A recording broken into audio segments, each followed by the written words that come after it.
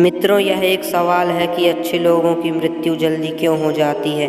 अक्सर यह देखा जाता है कि अच्छे लोग जो धर्म में चलते हैं उनकी मृत्यु जल्दी हो जाती है। शास्त्रों में बताया गया है कि कलयुग में लोगों की उम्र 30 साल ही रह जाएगी और कलयुग का अंत होते होते आपने यह भी सुना होगा कि भगवान अच्छे लोगों को जल्दी बुला लेते। यह फैसला तो भगवान ही करते हैं कि किसकी उम्र कितनी है। आप यह कहावत भी जरूर सुने होंगे कि जितनी चाबी भरी राम उतने ही तमाशा करते हैं। दोस्तों, इस कहावत से साफ हो जाता है कि किसकी मृत्यु कब होती है यह भगवान ही तय करते हैं। वैसे तो अच्छे लोगों की मौत जल्दी हो जाने के पीछे कई कारण होते हैं, लेकिन पहले कारण को समझने के लिए आपको यह जानना होगा कि हम जो कुछ भी इस जन्म में करते हैं उसका जवाब हमें ऊपर यमराज के पास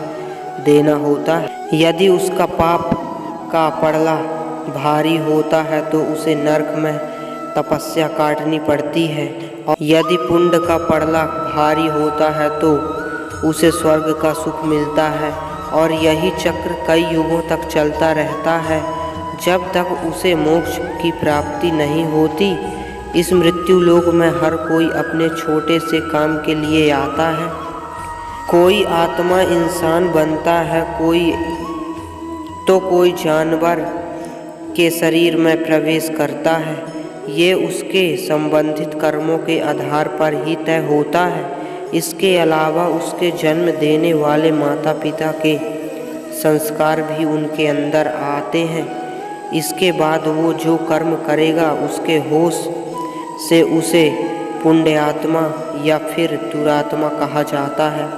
अब यही पुण्य आत्मा मृत्यु की तारीख को भी बदल देते हैं।